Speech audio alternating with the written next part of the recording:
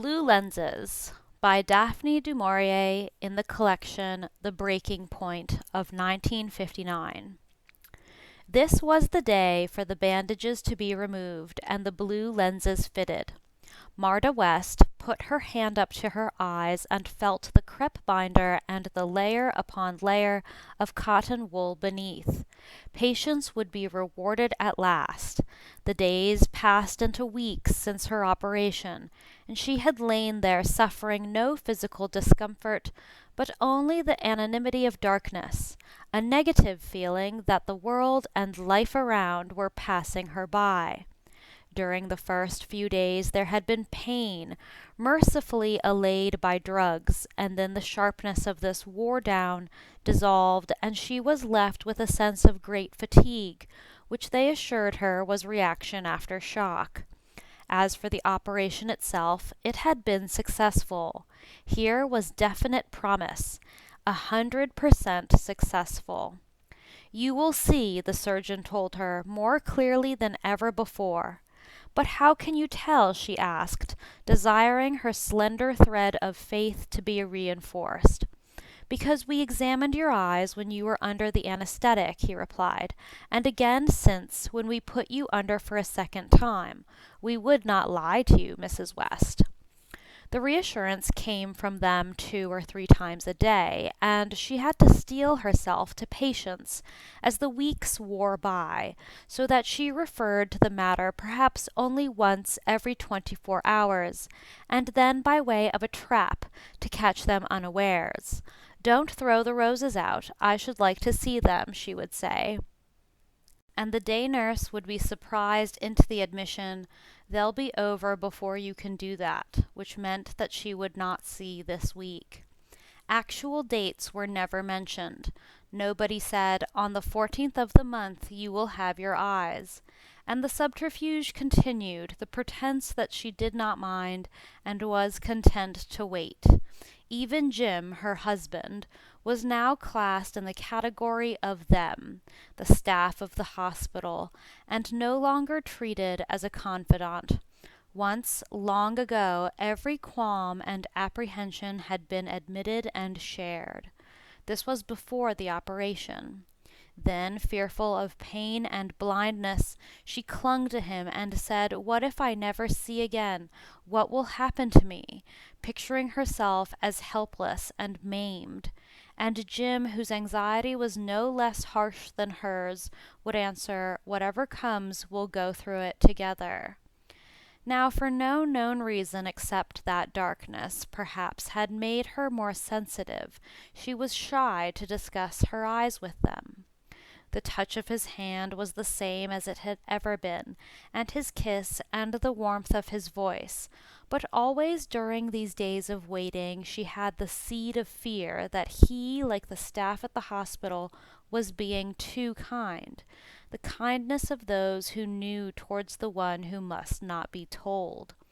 Therefore, when at last it happened, when at his evening visit the surgeon said, "Your lenses will be fitted tomorrow," surprise was greater than joy. She could not say anything, and he had left the room before she could thank him. It was really true. The long agony had ended.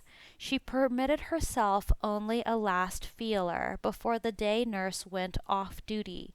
"They'll take some getting used to, and hurt a bit at first," her statement of fact put as a careless question. But the voice of the woman who had tended her through so many weary days replied, "You won't know you've got them, Mrs. West." Such a calm, comfortable voice, and the way she shifted the pillows and held the glass to the patient's lips, the hand smelling faintly of the morny French fern soap with which she washed her, these things gave confidence and implied she could not lie. "Tomorrow I shall see you," said Marta West, and the nurse, with the cheerful laugh that could be heard sometimes down the corridor outside, answered, "Yes, I'll give you your first shock." It was a strange thought how memories of coming into the nursing home were now blunted. The staff who had received her were dim shadows. The room assigned to her, where she still lay like a wooden box built only to entrap. Even the surgeon, brisk and efficient during those 2 rapid consultations when he recommended an immediate operation, was a voice rather than a presence. He gave his orders, and the orders were carried out, and it was difficult to reconcile this bird of passage with the person who, those several weeks ago, had asked her to surrender herself to him, who had in fact worked this miracle upon the membranes and tissues which were her living eyes. "Aren't you feeling excited?" This was the low, soft voice of her night nurse, who, more than the rest of them, understood what she endured. Nurse Brand, by day, exuded a daytime brightness. She was a person of sunlight, of bearing fresh flowers, of admitting visitors. The weather she described in the world outside appeared to be her own creation. A real scorcher, she would say, flinging open windows, and her patient would sense the cool uniform, the starched cap, which somehow toned down the penetrating heat. Or else she might hear the steady fall of rain, and feel the slight chill accompanying it. This is going to please the gardeners, but it'll put paid to matron's day on the river. Meals, too, even the dullest of lunches, were made to appear delicacies through her method of introduction. A morsel of brillo Gruyere, she would suggest happily, whetting reluctant appetite, and the boiled fish that followed must be eaten, for all its tastelessness, because otherwise it would seem to let down Nurse Brand, who recommended it. "Apple fritters, you can manage 2, I'm sure." And the tongue began to roll the imaginary fritter, crisp as a flake and sugared, which in reality had a languid, leathery substance. And so her cheerful optimism brooked no discontent. It would be offensive to complain, lacking in backbone to admit, "Let me just lie, I don't want anything." The night brought consolation and Nurse Ansell. She did not expect courage. At first, during pain, it had been Nurse Ansell who administered the drugs. It was she who smoothed the pillows and held the glass to parched lips. Then, with passing weeks, there had been the gentle voice and the quiet encouragement. "It will soon pass. This waiting is the worst." At night the patient had only to touch the bell, and in a moment Nurse Ansell was by the bed. "Can't sleep? I know, it's wretched for you. I'll just give you 2½ grains, and the night won't seem so long." How compassionate that smooth and silken voice! The imagination, making fantasies through enforced rest and idleness, pictured some reality with Nurse Ansell that was not hospital. A holiday abroad, perhaps, for the 3 of them. Jim playing golf with an unspecified male companion, leaving her, Marta, to wander with Nurse Ansell. All she did was faultless. She never annoyed. The small shared intimacies of nighttime brought a bond between nurse and patient that vanished with the day, and when she went off duty at 8 in the morning, she whispered, "Until this evening," the very whisper stimulating anticipation, as though 8 o'clock that night would not be clocking in, but an assignation. Nurse Ansell understood complaint. When Marta West said wearily, "It's been such a long day," her answering, "Has it?" implied that for her too the day dragged, that in some hostel she tried to sleep and failed, that now only did she hope to come alive. It was with a special secret sympathy that she would announce the evening visitor. Here is someone you want to see a little earlier than usual, the tone suggesting that Jim was not the husband of 10 years, but a troubadour, a lover, someone whose bouquet of flowers had been plucked in an enchanted garden, and now brought to a balcony. What gorgeous lilies! The exclamation half a breath and half a sigh, so that Marta West imagined exotic dragon-petaled beauties growing to heaven, and Nurse Ansell a little priestess kneeling. Then shyly the voice would murmur, "Good evening, Mr. West. Mrs. West is waiting for you." She would hear the gentle closing of the door, the tiptoeing out with the lilies, and the almost soundless return, the scent of the flowers filling the room. It must have been during the 5th week that Marta West tentatively suggested, first to Nurse Ansell and then to her husband, that perhaps when she returned home the night nurse might go with them for the first week. It would chime with Nurse Ansell's own holiday. Just a week, just so that Marta West could settle to home again. "Would you like me to?" Reserve lay in the voice, yet promise too. "I would. It's going to be so difficult at first." The patient, not knowing what she meant by difficult, saw herself as helpless still, in spite of the new lenses, and needing the protection and the reassurance that up to the present only Nurse Ansell had given her. "Jim, what about it?" His comment was something between surprise and indulgence. Surprise that his wife considered a nurse a person in her own right, and indulgence because it was the whim of a sick woman. At least that was how it seemed to Marta West. And later, when the evening visit was over and he had gone home, she said to the night nurse, "I can't make out whether my husband thought it a good idea or not." The answer was quiet yet reassuring. "Don't worry, Mr. West is reconciled." But reconciled to what? The change in routine, 3 people round the table, conversation, the unusual status of a guest who, devoting herself to her hostess, must be paid? Though the last would not be mentioned but glossed over at the end of a week in an envelope.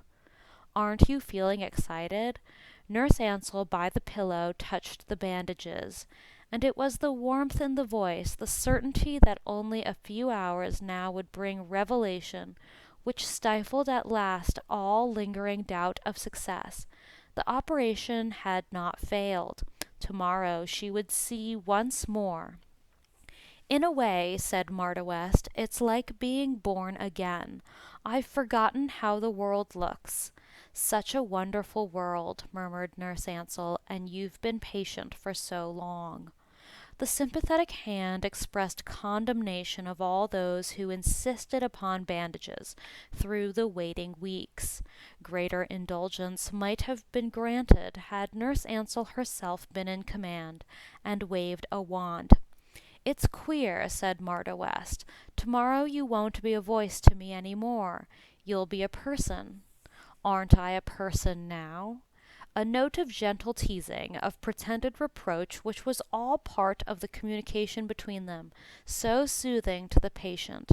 This must surely, when sight came back, be foregone. "Yes, of course, but it's bound to be different. I don't see why."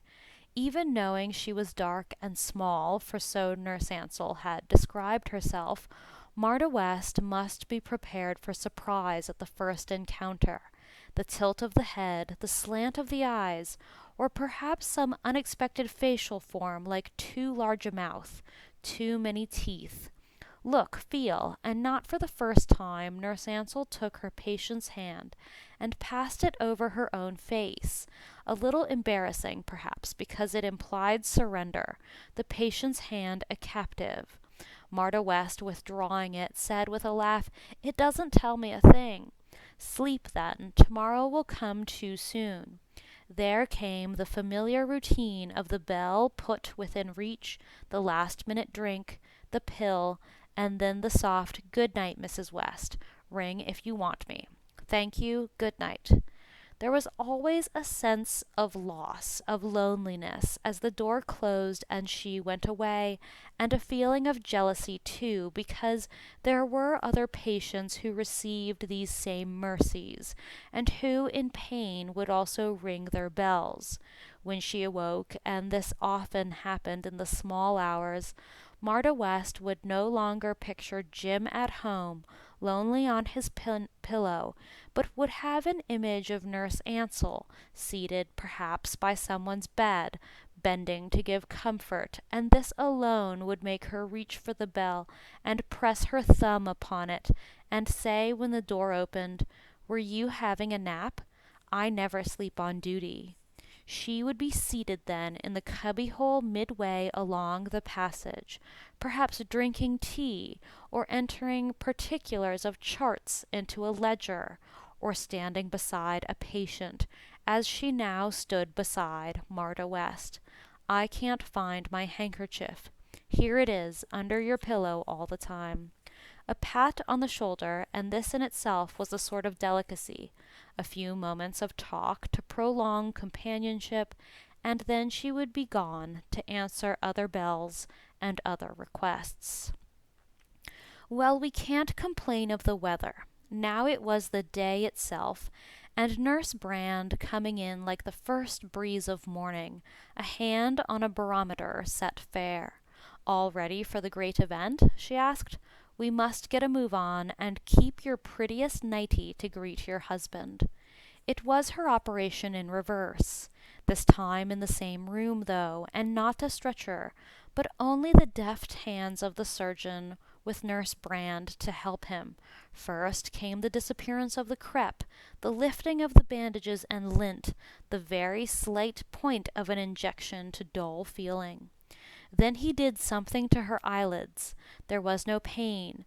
Whatever he did was cold, like the slipping of ice where the bandages had been, yet soothing too. "Now don't be disappointed," he said. "You won't know any difference for about half an hour. Everything will seem shadowed. Then it will gradually clear. I want you to lie quietly during that time." "I understand. I won't move." The longed-for moment must not be too sudden. This made sense. The dark lenses, fitted inside her lids, were temporary for the first few days. Then they would be removed, and others fitted. "How much shall I see?" the question dared at last. "Everything, but not immediately in color, just like wearing sunglasses on a bright day. Rather pleasant." His cheerful laugh gave confidence, and when he and Nurse Brand left the room, she lay back again, waiting for the fog to clear and for that summer day to break in upon her vision, however subdued, however softened by the lenses. Little by little the mist dissolved. The first object was angular, a wardrobe, then a chair. Then moving her head, the gradual forming of the window shape, the vases on the sill, the flowers Jim brought her. Sounds from the street outside merged with the shapes, and what seemed sharp before was now in harmony. She thought to herself, "I wonder if I can cry. I wonder if the lenses will keep back tears." But feeling the blessing of sight restored, she felt the tears as well. Nothing to be ashamed of. One or two which were easily brushed away. All was in focus now. Flowers, the wash basin, the glass with the thermometer in it, her dressing gown. Wonder and relief were so great they excluded thought. "They weren't lying to me," she thought. "It happened. It's true." The texture of the blanket covering her, so often felt, could now be seen as well. Color was not important. The dim light caused by the blue lenses enhanced the charm, the softness of all she saw. It seemed to her, rejoicing in form and shape, that color would never matter. There was enough for color. The blue symmetry of vision itself was all important. To see, to feel, to blend the two together. It was indeed rebirth, the discovery of a world long lost to her. There seemed to be no hurry now. Gazing about the small room and dwelling upon every aspect of it was richness, something to savor. hours could be spent just looking at the room and feeling it, traveling through the window and to the windows of the houses opposite. Even a prisoner, she decided, could find comfort in his cell if he had been blinded first, and then recovered his sight. She heard Nurse Brand's voice outside and turned her head to watch the opening door. Well, are we happy once more? Smiling, she saw the figure dressed in uniform come into the room, bearing a tray, her glass of milk upon it. Yet incongruous, absurd, the head with the uniformed cap was not a woman's head at all. The thing bearing down upon her was a cow on a woman's body. The frilled cap was perched upon wide horns.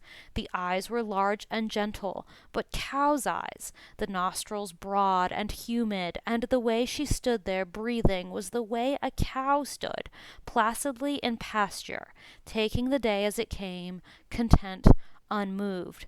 Feeling a bit strange? The laugh was a woman's laugh, a nurse's laugh, Nurse Brand's laugh, and she put the tray down on the cupboard beside the bed. The patient said nothing. She shut her eyes, then opened them again. The cow in the nurse's uniform was with her still.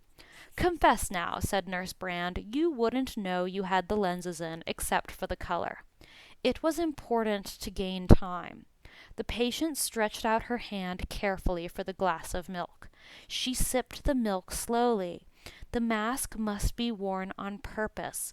Perhaps it was some kind of experiment connected with the fitting of the lenses, though how was it supposed to work she could not imagine. And it was surely taking rather a risk to spring such a surprise, and to people weaker than herself who might have undergone the same operation, downright cruel. "I see very plainly," she said at last. "At least I think I do." Nurse Brand stood watching her with folded arms. The broad, uniformed figure was much as Marta West imagined it, but that cow's head tilted, the ridiculous frill of the cap perched on the horns. Where did the head join the body, if mask it in fact was? "You don't sound too sure of yourself," said Nurse Brand. "Don't say you're disappointed after all we've done for you." The laugh was cheerful as usual, but she should be chewing grass, the slow jaws moving from side to side. "I'm sure of myself," answered her patient, "but I'm not so sure of you. Is it a trick? Is what a trick? The way you look? Your face?" Vision was not so dimmed by the blue lenses that she could not distinguish a change of expression. The cow's jaw distinctly dropped. "Really, Mrs. West?" This time the laugh was not so cordial. Surprise was very evident. "I'm as the good God made me. I dare say he might have made a better job of it." The nurse, the cow, moved from the bedside towards the window and drew the curtains more sharply back, so full light filled the room. There was no visible join to the mask. The head blended to the body.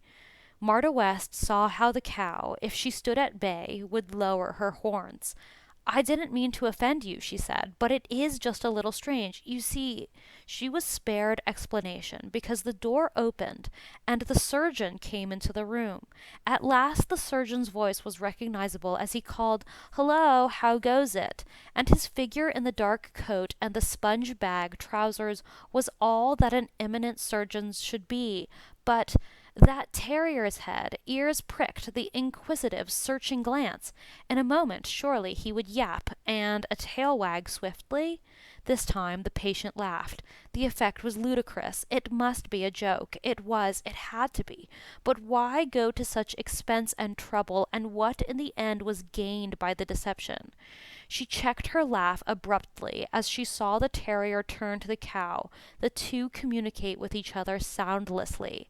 Then the cow shrugged its two ample shoulders. "Mrs. West thinks us a bit of a joke," she said, but the nurse's voice was not overpleased. "I'm all for that," said the surgeon. "It would never do if she took a dislike to us, would it?"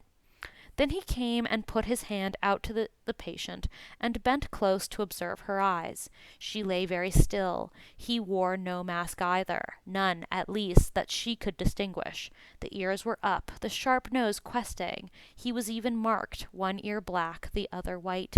She could picture him at the entrance to a fox's lair, sniffing, then quick on the scent, scuffing down the tunnel, intent upon the job for which he was trained. "Your name ought to be Jack Russell," she said aloud. "I beg your pardon." He straightened himself, but still stood beside the bed, and the bright eyes had a penetrating quality. "I mean," Marta West searched for words, "the name seems to suit you better than your own." She was confused. Mr. Edmund Graves, with all the letters after him on the plate in Harley Street. What must he think of her? "I know a James Russell," he said, "but he's an orthopedic surgeon and breaks your bones. Do you feel I've done that to you?" His voice was brisk, but he sounded a little surprised, as Nurse Brand had done. The gratitude which was owed to their skill was not forthcoming. "No, no, indeed," said the patient hastily. "Nothing is broken at all. I'm in no pain. I see clearly." Almost too clearly, in fact.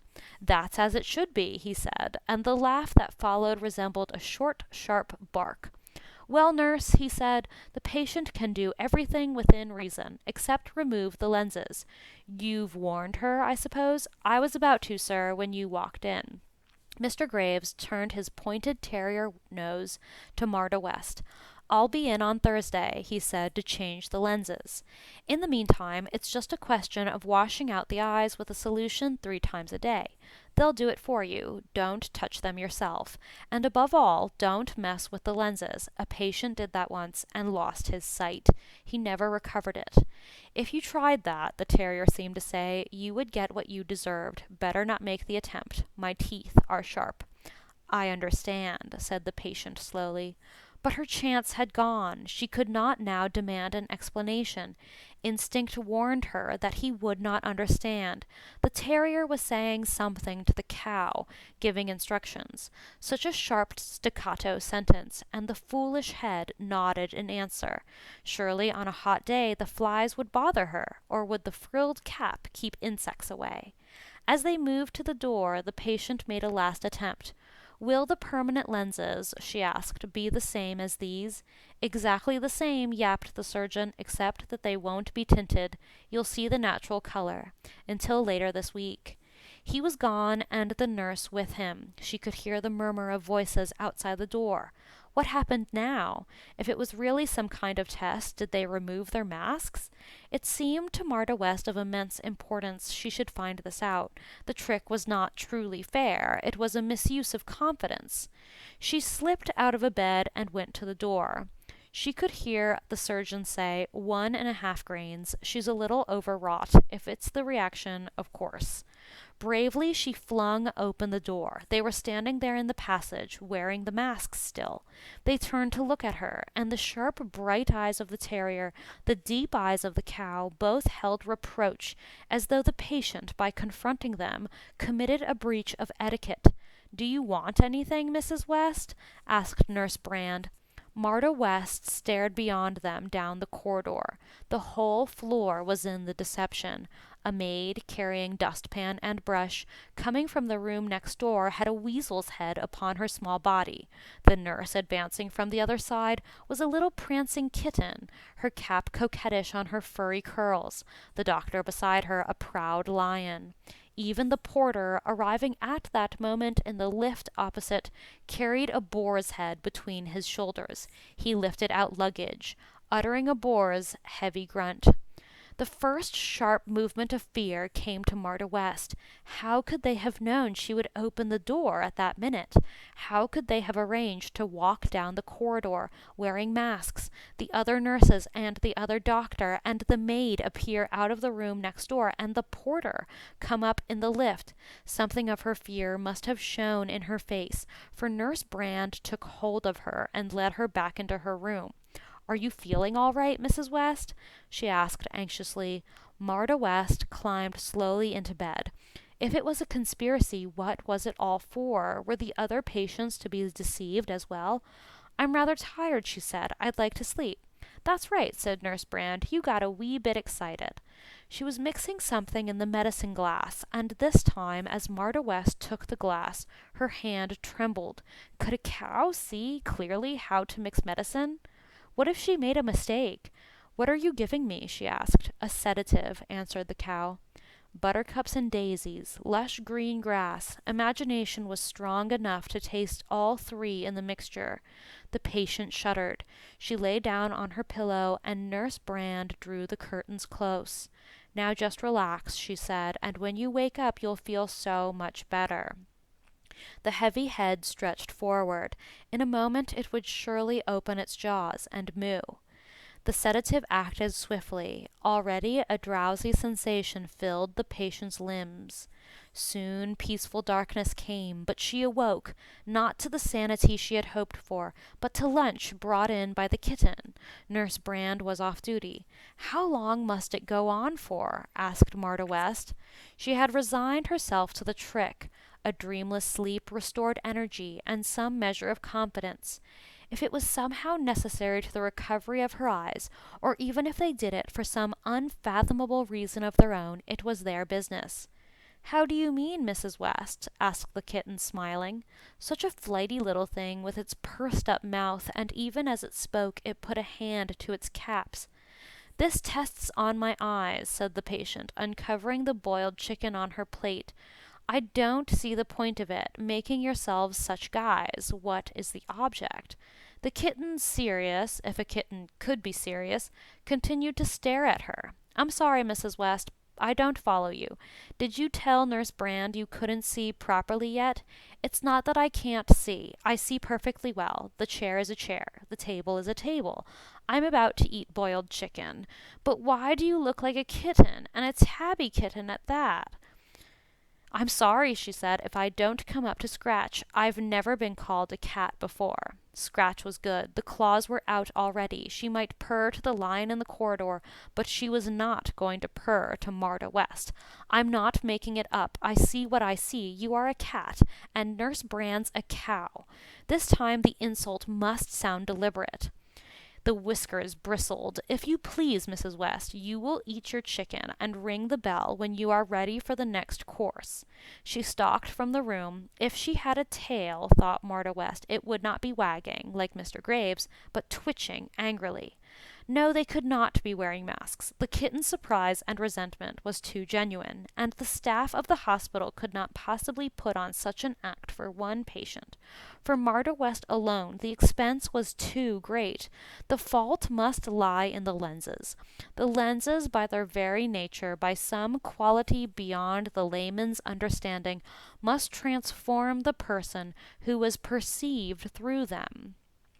A sudden thought struck her, and pushing the trolley table aside, she climbed out of bed and went over to the dressing table. Her own face stared back at her from the looking-glass. The dark lenses concealed the eyes, but the face was at least her own. Thank heaven for that, she said to herself, but it swung her back to thoughts of trickery. That her own face should seem unchanged through the lenses suggested a plot, and that her first idea of masks was right. But why? What did they gain by it? Could there be a conspiracy amongst them to drive her mad? She dismissed the idea at once. It was too fanciful. This was a reputable London nursing home. The staff was well known. The surgeon operated on royalty. Besides, if they wanted to send her mad or kill her, it would be simple enough with just drugs, or with anesthetics. They could have given her too much anesthetic during the operation and just let her die. No one would take the roundabout way of dressing up staff and doctors in animals' masks. She would try one further proof. She stood by the window, the curtain concealing her, and watched passers-by. For the moment there was no one in the street. It was the lunch hour, and traffic was slack. Then, at the other end of the street, a taxi crossed. She waited. The porter came out from the nursing home and stood on the steps, looking up and down. His boar's head was clearly visible. But he didn't count. He could be part of the plot. A van drew near, but she could not see the driver. Yes, he slowed as she went by the nursing home and craned from his seat, and she saw the squat frog's head. Sick at heart, she left the window and climbed back into bed. She had no further appetite and pushed away her plate. She did not ring her bell, and after a while the door opened. It was not the kitten. It was the little maid with the weasel's head. "Will you have plum tart or ice cream, madam?" she asked. Marta West shook her head. The weasel, shyly edging forward to take the tray, said, "Cheese, then, and coffee to follow?" The head joined the neck without any fastening. It could not be a mask, unless some designer, some genius, invented masks that merged with the body, blending fabric to skin. "Coffee only," said Marta West. The weasel vanished. Another knock on the door, and the kitten was back again, her back arched, her fluff flying. She plonked the coffee down without a word, and Marta West, irritated, for surely if anyone was to show annoyance it would be herself, said sharply, "Shall I pour you some milk in the saucer?" The kitten turned. "A joke's a joke, Mrs. West," she said, "and I can take a laugh with anyone, but I can't stick rudeness." "Meow," said Marta West. The kitten left. No one, not even the weasel, came to remove the coffee. The patient was in disgrace. She did not care. If the staff of the nursing home thought they could win this battle, they were mistaken.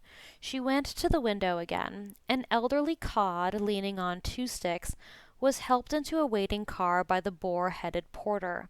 It could not be a plot. They could not know she was watching them. Marta went to the telephone and asked the exchange to put her through to her husband's office. She remembered a moment afterwards that he would still be at lunch. Nevertheless, she got the number, and as luck had it, he was there. "Jim, Jim, darling." "Yes?" The relief to hear the loved, familiar voice. She lay back on the bed, the receiver to her ear. "Darling, when can you get here?" "Not before this evening, I'm afraid. It's one hell of a day, one thing after another." "Well, how did it go? Is everything okay?" "Not exactly." "What do you mean? Can't you see? Graves hasn't bungled it, has he?" How was she to explain what happened to her? It sounded so foolish over the telephone. "Yes, I can see. I can see perfectly. It's just that all the nurses look like animals. And Graves, too. He's a fox terrier. One of those little Jack Russells they put down foxes' holes." "What on earth are you talking about?" He was saying something to his secretary at the same time, something about another appointment, and she knew from the tone of his voice that he was busy, very busy, and she had chosen the worst time to ring him up. "What do you mean about Jack Russell?" he repeated. Marta West knew it was no use. She must wait. Then she would try to explain everything when he arrived, and he would be able to find out for himself what lay behind it. "Oh, never mind," she said. "I'll tell you later." "I'm sorry," he told her, "but I really am in a tearing hurry. If the lenses don't help you, tell somebody. Tell the nurses. Tell the matron." "Yes," she said, "yes." Then she rang off. She put down the telephone. She picked up a magazine, one left behind at some time or another by Jim, she supposed. She was glad to find reading did not hurt her eyes, nor did the blue lenses make any difference, for photographs of men and women looked normal. Wedding groups, social occasions, debutantes, all were as usual. It was only here, in the nursing home, and in the street outside, that they were different. It was much later in the afternoon that Matron called in to have a word with her. She knew it was Matron because of her clothes, but inevitably now, without surprise, she observed the sheep's head. "I hope you're quite comfortable, Mrs. West." A note of gentle inquiry in the voice. A suspicion of a "Yes, thank you." Marta West spoke guardedly. It would not do to ruffle the matron. Even if the whole affair was some gigantic plot, it would be better not to aggravate matron. "The lenses fit well? Very well. I'm so glad. It was a nasty operation, and you've stood the period of waiting so very well." "That's it," thought the patient. "Butter me up. Part of the game, no doubt." "Only a few days," Mr. Graves said, "and then you will have them altered and the permanent ones fitted." "Yes, so he said. It's rather disappointing not to observe color, isn't it? As things are, it's a relief." The retort slipped out before she could check herself. The matron smoothed her dress. "And if you only knew," thought the patient, "what you look like with that tape under your sheep's chin, you would understand what I mean." Mrs. West, the matron seemed uncomfortable and turned her sheep's head away from the woman in the bed. Mrs. West, I hope you don't mind what I am going to say, but our nurses do a fine job here, and we are all very proud of them. They work long hours, as you know, and it is not really very kind to mock them, although I am sure you intended it in fun. Bleat away, bleat away. Marta West tightened her lips. Is it because I called Nurse Sweeting a kitten? I don't know what you called her, Mrs. West, but she was quite distressed. She came to me in the office nearly crying. Spitting, you mean. Spitting and scratching. Those capable little hands are actually claws. It won't happen again. She was determined not to say more. It was not her fault. She had not asked for lenses that deformed, for trickery, for make-believe. It must be very expensive, she added, to run a nursing home like this. It is, said the matron, said the sheep. It can only be done because of the excellence of the staff and the cooperation of all our patients. The remark was intended to strike home. Even a sheep can turn. Matron, said Marta West, don't let's fence with each other. What is the object of this all? The object of what, Mrs. West? This tomfoolery, this dressing up. There, she said it. Why pick on this particular disguise? She pointed at the matron's cap. It's not even funny. There was silence. The matron, who had made as if to sit down to continue her chat, changed her mind. She moved slowly to the door. We, who were trained at St. Hilda's, are proud of our badge, she said. I hope, when you leave us in a few days, Mrs. West, that you will look back on us with greater tolerance than you appear to have now. She left the room. Marta West picked up the magazine she had thrown down, but the matter was dull. She closed her eyes. She opened them again. She closed them. If the chair had become a mushroom and the table a haystack, then the blame could have been put upon the lenses. Why was it only people who changed? What was so wrong with people? She kept her eyes shut when her tea was brought her, and when the voice said pleasantly, "Some flowers for you, Mrs. West," she did not even open them, but waited for the owner of the voice to leave the room. The flowers were carnations. The card was Jim's, and the message on it said, "Cheer up, we're not as bad as we seem." She smiled and buried her face in the flowers. Nothing false about them, nothing strange about the scent. Carnations were carnations, fragrant, graceful. Even the nurse on duty, who came to put them in water, could not irritate her with her pony's head. After all, it was a trim little pony, with a white star on its forehead. It would do well in the ring. Thank you, smiled Marta West. The curious day dragged on, and she waited restlessly for 8 o'clock. She washed and changed her nightgown and did her hair. She drew her own curtains and switched on the bedside lamp. A strange feeling of nervousness came upon her. She realized so strange had been the day, she had not once thought about Nurse Ansell. Dear, comforting, bewitching Nurse Ansell. Nurse Ansell, who was due to come on duty at 8. Was she also in the conspiracy? If she was, then Marta West would have a showdown. Nurse Ansell would never lie. She would go up to her and put her hands on her shoulders and take the mask in her 2 hands and say, "There, now take it off. You won't deceive me." But if it was the lenses, if all the time it was the lenses that were at fault, how was she to explain? She was sitting at the dressing table, putting some cream on her face, and the door must have opened without her being aware. But she heard the well-known voice, the soft, beguiling voice, and it said, "I nearly came before. I didn't dare. You would have thought me foolish." It slid slowly into view, the long snake's head, the twisting neck, the pointed barbed tongue thrusting, and swiftly withdrawn it came into view over her shoulders, through the looking-glass. Marta West did not move, only her hand mechanically continued to cream her cheek. The snake was not motionless. It turned and twisted all the time, examining the pots of cream, the scent, the powder. "How does it feel to see yourself again?" Nurse Ansell's voice emerging from the head seemed all the more grotesque and horrible, and the very fact that she spoke, the darting tongue spoke too. Marta West felt sickness rise in her stomach, choking her, and suddenly the physical reaction proved too strong. She turned away, but as she did so, the steady hands of the nurse gripped her. She suffered herself to be led to bed. She was lying down, eyes closed, the nausea passing. Poor dear, what have they been giving you? Was it the sedative? I saw it on your chart, said the gentle voice, so soothing and so calm. This could only belong to one who understood. The patient did not open her eyes. She lay there on the bed, waiting. It's been too much for you, said the voice. They should have kept you quiet the first day. Did you have visitors? No. Nevertheless, you should have rested. You look really pale. We can't have Mr. West seeing you like this. I've half a mind to telephone him to stay away. No, please, I want to see him. I must see him. Fear made her open her eyes, but directly she did so, the sickness gripped her again, for the snake's head, longer than before, was twisting out of its nurse's collar, and for the first time she saw the hooded eye, a pin's head, hidden. She put her hand over her mouth to stifle her cry. Something has turned you very sick, she said. It can't be the sedative. You've often had it before. What was the dinner this evening? Steamed fish. I wasn't hungry. I wonder if it was fresh. I'll see if anyone complained. Meanwhile, lie still, dear, and don't upset yourself. The door quietly opened and closed again, and Marta West, disobeying instructions, slipped from her bed and seized the first weapon that came to hand, nail scissors. Then she returned to her bed again, her heart beating fast, the scissors concealed beneath the sheet. Revulsion had been too great. She must defend herself.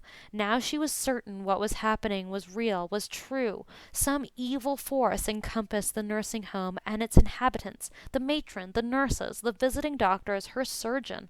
They were all caught up in it. They were all partners in some gigantic crime, the purpose of which could not be understood. Here in Upper Watling Street, the malevolent plot was in the process of being hatched, and she, Marta West, was one of the pawns. They were going to use her as an instrument. One thing was very certain. She must not let them know she suspected them. She must try and behave. One slip and she was lost. She must pretend to be better. If she let sickness overcome her, Nurse Ansell might bend over her with that snake's head. The door opened and she was back. Marta West clenched her hands under the sheet. Then she forced a smile. What a nuisance I am, she said. I felt giddy, but I'm better now. The gliding snake held a bottle in her hand. She came over to the wash basin and, taking the medicine glass, poured out 3 drops. This should settle it, Mrs. West, she said, and fear gripped the patient once again, for surely the words themselves constituted a threat. This should settle it. Settle what? Settle her? The liquid had no color, but that meant nothing. She took the medicine glass handed to her and invented a subterfuge. Could you find me a clean handkerchief in the drawer there? Of course. The snake turned its head, and as it did so, Marta West poured the contents of the glass onto the floor. Then, fascinated, repelled, she watched the twisting head peer into the contents of the dressing-table drawer, search for a handkerchief, and bring it back again. Marta West held her breath as it drew near the bed, and this time she noticed that the neck was not the smooth glowworm neck that it seemed on first encounter, but it had scales. Oddly, the nurse's cap was not ill-fitting. It did not perch incongruously, as had the caps of kitten, sheep, and cow. She took the handkerchief. You embarrass me, staring at me so hard. Are you trying to read my mind? Tell me, are you disappointed? Do I look as you expected me to look? Still a trap. She must be careful. I think you do, she said slowly, but it's difficult to tell with the cap. I can't see your hair. Nurse Ansell laughed, the low, soft laugh that had been so alluring during the long weeks of blindness.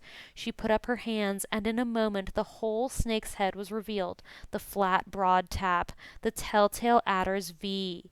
Do you approve? She asked. Marta West shrank back against her pillow. She forced herself to smile again. Very pretty, she said, very pretty indeed. The cap was replaced, and then, deceived, it took the medicine glass from the patient's hand and put it back upon the wash basin. It did not know everything. "When I go home with you," said Nurse Ansell, "I needn't wear uniform. That is, if you don't want me to. You see, you'll be a private patient then, and I your personal nurse for the week I'm with you." Marta West felt cold. In the turmoil of the day she had forgotten the plans. Nurse Ansell was to be with them for a week. It was all arranged. The vital thing was not to show fear. Nothing must seem changed. And then when Jim arrived she would tell him everything. If he could not see the snake's head as she did, and indeed it was possible that he would not, if her hypervision was caused by the lenses, he must just understand that for reasons too deep to explain, she no longer trusted Nurse Ansell and could not bear her to come home. The plan must change. She wanted no one to look after her. She only wanted to be home again with him. The telephone rang on the bedside table, and Marta West seized it, as she might seize salvation. It was her husband. "Sorry to be late. I'll jump into a taxi and be with you right away. The lawyer kept me." "Lawyer?" "Yes, Forbes and Millwall, you remember, about the trust fund." She had forgotten. There had been so many financial discussions before the operation, conflicting advice as usual. Finally Jim put the whole business into the hands of the Forbes and Millwall people. "Oh yes, was it satisfactory?" "I think so. Tell you directly." He rang off, and looking up she saw the snake's head, watching her. No doubt, thought Marta West, no doubt you would like to know what we were saying to one another.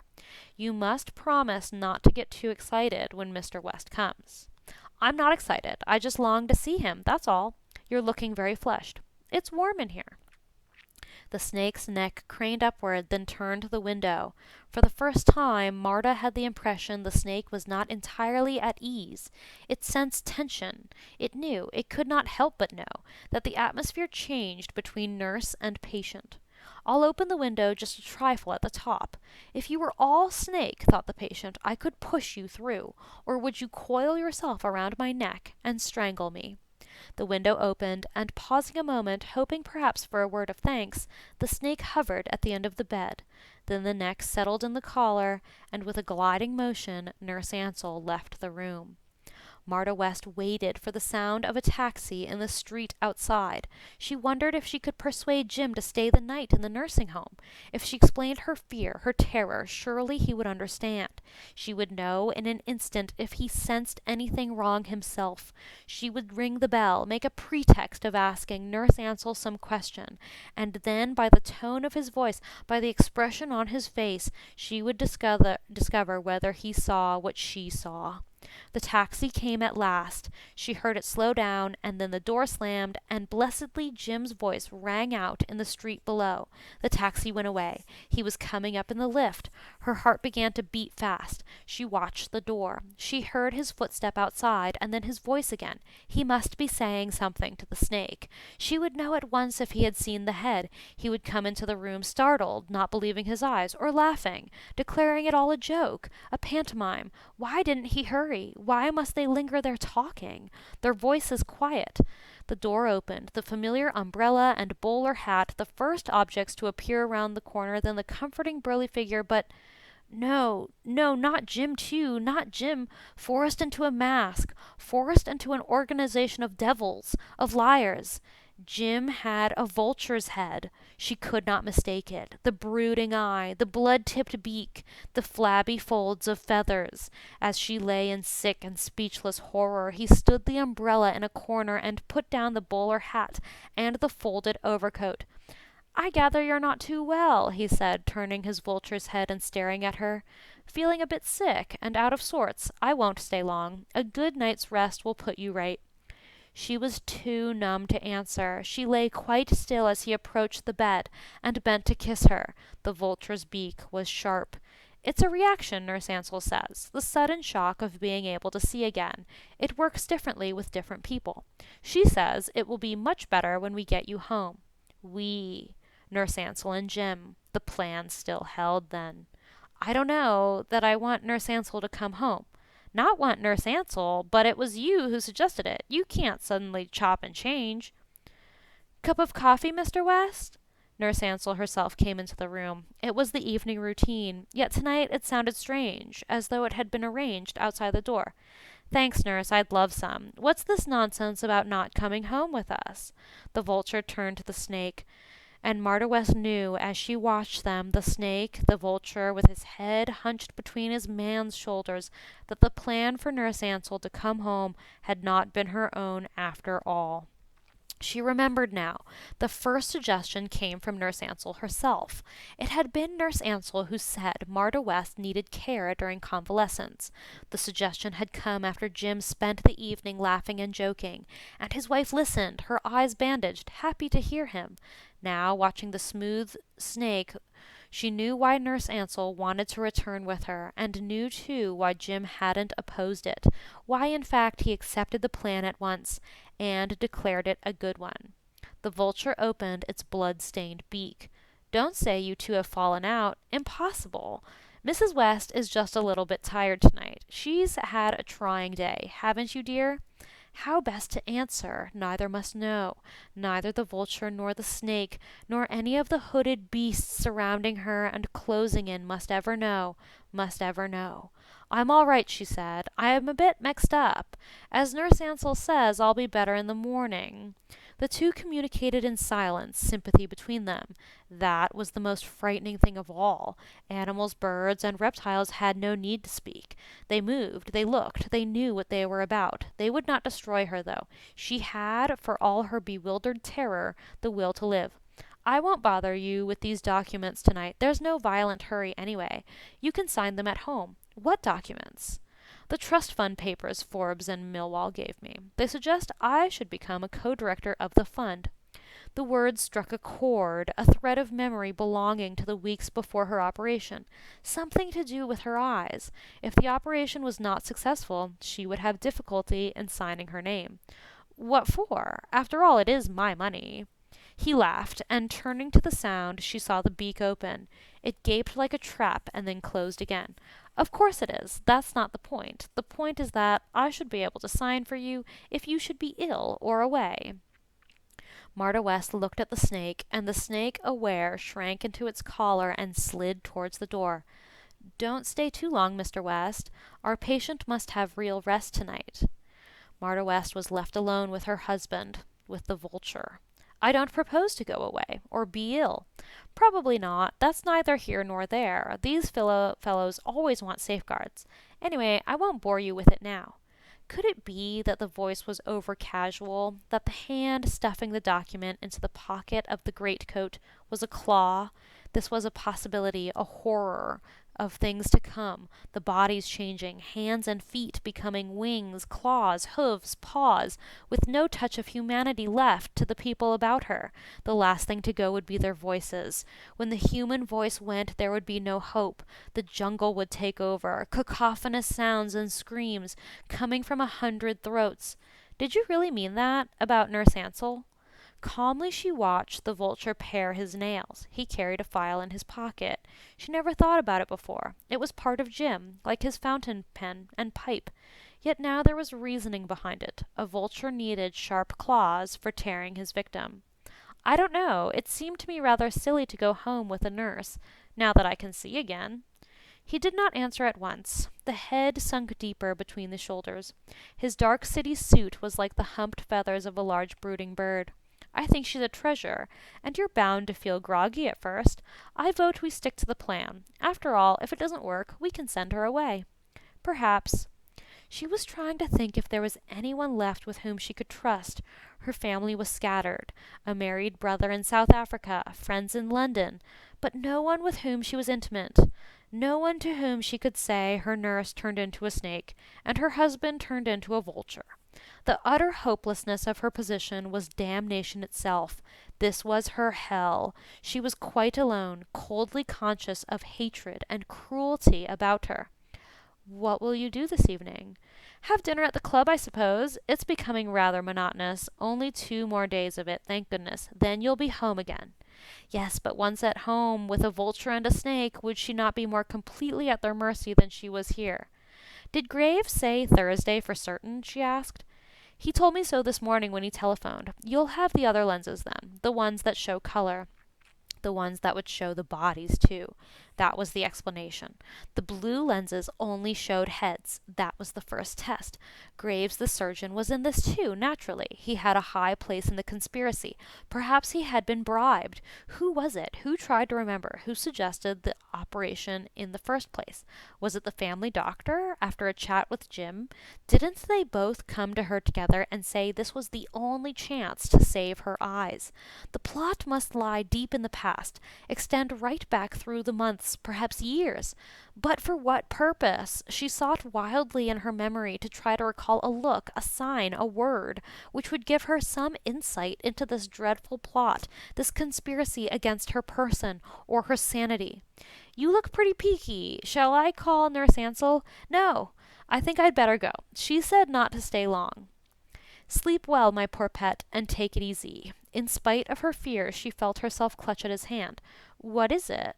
The well-remembered kiss would have restored her, but not the stab of the vulture's beak. When he had gone, she began to moan, turning her head upon the pillow. "What am I to do? What am I to do?" The door opened again, and she put her hand to her mouth. They must not hear her cry. They must not see her cry. She pulled herself together with tremendous effort. "How are you feeling, Mrs. West?" The snake stood at the bottom of the bed, and by her side the house physician. She always liked him, a young, pleasant man, and although, like the others, he had an animal's head, it did not frighten her. It was a dog's head, an Aberdeen's, and the brown eyes seemed to quiz her. Long ago, as a child, she owned an Aberdeen. "Could I speak to you alone?" she asked. "Of course. Do you mind, nurse?" He jerked his head at the door, and she had gone. Marta West sat up in bed and clasped her hands. "You'll think me very foolish, but it's the lenses. I can't get used to them." He came over, the trustworthy Aberdeen. "I'm sorry about that. They don't hurt you, do they?" No, I can't feel them. It's just that they make everything look strange." "They're bound to do that, you know. They don't show color. It comes as a bit of a shock when you've worn bandages so long. And you mustn't forget you were pulled about quite a bit. The nerves behind the eyes are still very tender." "Yes." "Have you known people who have had this operation before?" "Yes, scores of them. In a couple of days you'll be as right as rain." Such a kindly dog, such a sporting, cheerful dog. I'll tell you another thing. Your sight may be different after this than it's ever been before. You'll actually see more clearly in every way. One patient told me that it was as though she had been wearing spectacles all her life, and then, because of the operation, she realized she saw all her friends and her family as they really were. As they really were? Exactly. Her sight had always been poor. She thought her husband's hair was brown, but in reality it was red, bright red. A bit of a shock at first, but she was delighted. The Aberdeen moved from the bed, patted the stethoscope on his jacket, and nodded. "Mr. Graves did a wonderful job on you. I can promise you that. He was able to strengthen a nerve he thought had died. You've never had the use of it before. It wasn't functioning. So who knows, Mrs. West? You may have made medical history. Anyway, sleep well and best of luck. See you in the morning. Good night." He trotted from the room. She heard him call good night to Nurse Ansell as he went down the corridor. The comforting words turned to gall. In one sense they were a relief, because his explanation seemed to suggest there was no plot against her. Instead, like the woman patient before her with a deepened sense of color, she had been given vision. She used the words he had used himself. Marta West could see people as they really were, and those whom she loved and trusted most were a vulture and a snake. The door opened, and Nurse Ansell, with the sedative, entered the room. "Ready to settle down, Mrs. West?" "Yes, thank you." There might be no conspiracy, but even so, all trust, all faith were gone. "Leave it with a glass of water. I'll take it later." She watched the snake put the glass on the bedside table. She watched her tuck in the sheet. Then the twisting neck peered closer, and the hooded eyes saw the nail scissors, half hidden beneath the pillow. "What have you got there?" The hand stretched out for the scissors. "You might have cut yourself. I'll put them away, for safety's sake." Her one weapon was pocketed, not replaced, on the dressing table. The very way Nurse Ansell slipped the scissors into her pocket suggested she knew of Marta West's suspicions. She wanted to leave her defenseless. "Now, remember to ring your bell if you want anything." "I'll remember." The voice that had once seemed tender was over-smooth and false. How deceptive are ears, thought Marta West. What traitors to truth! And for the first time she became aware of her own new latent power, the power to tell truth from falsehood, good from evil. Good night, Mrs. West. Good night. Lying awake, her bedside clock ticking, Marta West decided upon her plan. She waited until 11 o'clock. Then she switched out her light. This would deceive the snake, should she come to peep at her through the window slide in the door. The snake would believe she was sleeping. Marta West crept out of bed. She took her clothes from the wardrobe, and began to dress. She put on her coat and shoes and tied a scarf over her head. When she was ready, she went to the door. All was quiet in the corridor. She stood there motionless. Then she took one step across the threshold and looked to the left, where the nurse on duty sat. The snake was there. The snake was sitting crouched over a book. The light from the ceiling shone upon her head, and there could be no mistake. There was the trim uniform, the white starched front, the stiff collar, but rising from the collar, the twisting neck of the snake, the long, flat, evil head. Marta West waited. She was prepared to wait for hours. Presently the sound she hoped for came, the bell from a patient. The snake lifted its head from the book and checked the red light on the wall. Then, slipping on her cuffs, she glided down the corridor to the patient's room.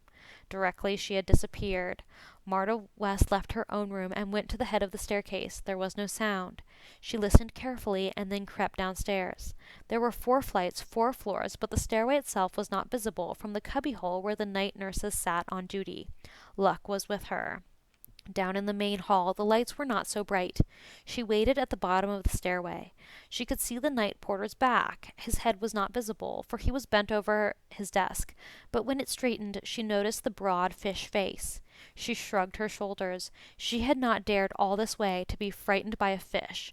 Boldly she walked through the hall. The fish was staring at her. "Do you want anything, madam?" he said. He was as stupid as she expected. She shook her head. "I'm going out. Good night," she said, and she walked straight past him and down the steps into the street. She turned swiftly to the left, and seeing a taxi at the further end, called and raised her hand. The taxi slowed and waited. When she came to the door, she saw that the driver had the squat, black face of an ape. The ape grinned. Some instinct warned her not to take the taxi. "I made a mistake." The grin vanished from the face of the ape. "Make up your mind, lady," he shouted. Marta West continued walking down the street. She turned right, left, right again, and in the distance saw the lights of Oxford Street. She began to hurry. The friendly traffic drew her like a magnet. The distant lights. When she came to Oxford Street, she paused, wondering where she should go, where she should ask for refuge. And it came to her once again that there was no one at all, because the couple passing her were a toad, clutching a panther's arm. The policeman standing at the corner was a baboon. The woman talking to him was a pig. No one was human. No one was safe. The man a pace or two behind her was like Jim, another vulture. There were vultures on the pavement opposite. Coming towards her laughing was a jackal. She turned and ran. She ran, bumping into them, jackals, hyenas, vultures, dogs. The world was theirs. There were no humans left. Seeing her run, they turned and looked at her. They pointed, they screamed, they yapped, they gave chase. Their footsteps followed her. Down Oxford Street she ran, pursued by them. The night all darkness and shadow. The light no longer with her, alone in an animal world. "Lie quite still, Mrs. West. I am not going to hurt you." She recognized the voice of Mr. Graves, the surgeon, and dimly she told herself they got hold of her again. She was back at the nursing home, and it did not matter now. She might as well be there as anywhere else. At least in the nursing home the animal heads were known. They replaced the bandages over her eyes, and for this she was thankful. Such blessed darkness, the evil of the night hidden. "Now, Mrs. West, I think your troubles are over. No pain and no confusion with these lenses. The world's in color again." The bandages were being lightened after all, layer after layer removed, and suddenly everything was clear, was day, and the face of Mr. Graves smiled down at her. At his side was a rounded, cheerful nurse. "Where are your masks?" asked the patient. "We don't need masks for this little job. We were only taking out the temporary lenses. That's better, isn't it?" She let her eyes drift around the room. She was back again, all right. This was the shape, this was the wardrobe, the dressing table, the vases of flowers, all in natural color, no longer veiled. But they could not fob her off with stories of a dream. The scarf she put round her head before slipping away in the night lay on the chair. "Something happened to me, didn't it? I tried to get away." The nurse glanced at the surgeon. He nodded his head. Yes, you did, and frankly, I don't blame you. I blame myself. Those lenses I inserted yesterday were pressing upon a tiny nerve, and the pressure threw out your balance. That's all over now. His smile was reassuring, and the large, warm eyes of Nurse Brand gazed down at her in sympathy. It was very terrible. I can never explain how terrible. Don't try. I can promise you it won't happen again. The door opened and the young physician entered. He, too, was smiling. Patient fully restored? I think so. What about it, Mrs. West? Marta West stared gravely at the three of them, Mr. Graves, the house physician, and Nurse Brand, and she wondered what palpitating wounded tissue could so transform three individuals into prototypes of an animal kingdom. What cell linking muscle to imagination so directly? I thought you were dogs. I thought you were a hunt terrier, Mr. Graves, and that you were in Aberdeen. But I am. It's my native town. Your judgment was not wholly out, Mrs. West. I congratulate you. Marta West did not join into the laugh. That's all right for you. Other people were not so pleasant. I thought you were a cow, a kind cow, but you had sharp horns.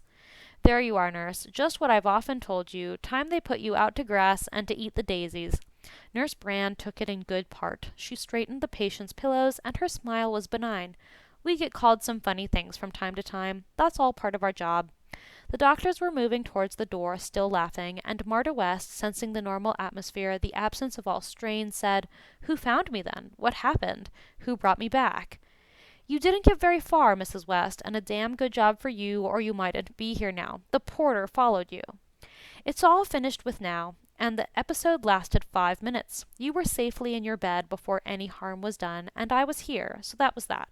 The person who really had the full shock was poor Nurse Ansell when she found you weren't in your bed. Nurse Ansell, the revulsion of the night before was not so easily forgotten. Don't say our little starlet was an animal too, smiled the house doctor. Marta West felt herself blush. Lies would have to begin. No, of course not. Nurse Ansell is here now. She was so upset when she went off duty that she wouldn't go back to the hostel to sleep. Would you care to have a word with her? Apprehension seized the patient. What had she said to Nurse Ansell in the panic and fever of the night? Before she could answer, the house doctor opened the door and called down the passage. Mrs. West wants to say good morning to you. He was smiling all over his face. Mr. Graves waved his hand and was gone, Nurse Brand after him, and the house doctor, saluting with his stethoscope and making a mock bow, stepped back against the wall to admit Nurse Ansell. Marta West stared, then began to smile, and held out her hand. I'm sorry, you must forgive me. How could she have seen Nurse Ansell as a snake? The hazel eyes, the clear olive skin, the dark hair trim under the frilled cap. And that smile, the slow, understanding smile. Forgive you, Mrs. West? What have I to forgive you for? You've been through a terrible ordeal. Patient and nurse held hands. They smiled at one another. And, oh heaven, thought Marta West, the relief, the thankfulness, the load of doubt and despair were swept away with the new-found sight and knowledge. I still don't understand what happened, she said, clinging to the nurse. Mr. Graves tried to explain, something about a nerve. He doesn't know himself, she whispered, and he's not going to say either, or he'll find himself in trouble. He fixed those lenses too deep, too near a nerve. I wonder it didn't kill you. She smiled with her eyes. She was so pretty, so gentle. Don't think about it. You're going to be happy from now on. Promise? I promise. The telephone rang, and Nurse Ansell let go her patient's hand and reached for the receiver. You know who this is. Your poor husband. Jim, is that you? The loved voice sounded so anxious at the other end. Are you all right? I've been through to Matron twice. She said she would let me know. What the devil has been happening? You tell him. Marta West smiled and handed the receiver to the nurse.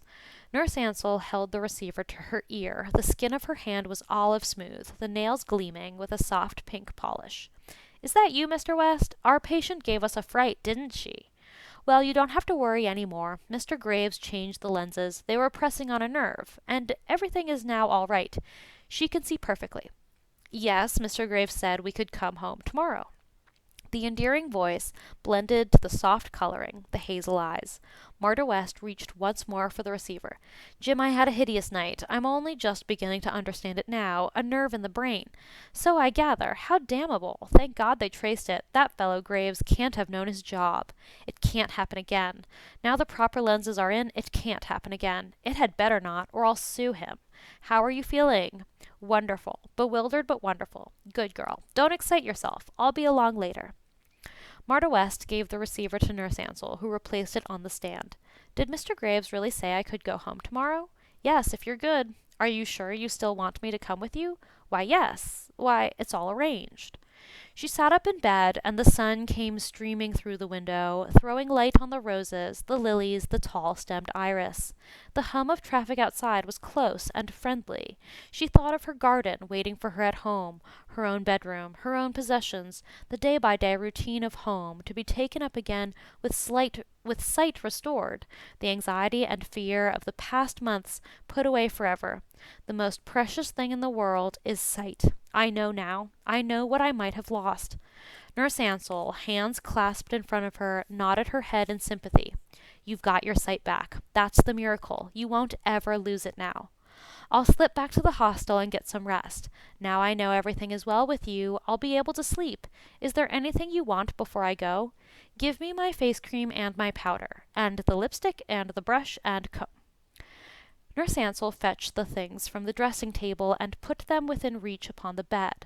She brought the hand mirror, too, and the bottle of scent, and with a little smile of intimacy sniffed at the stopper.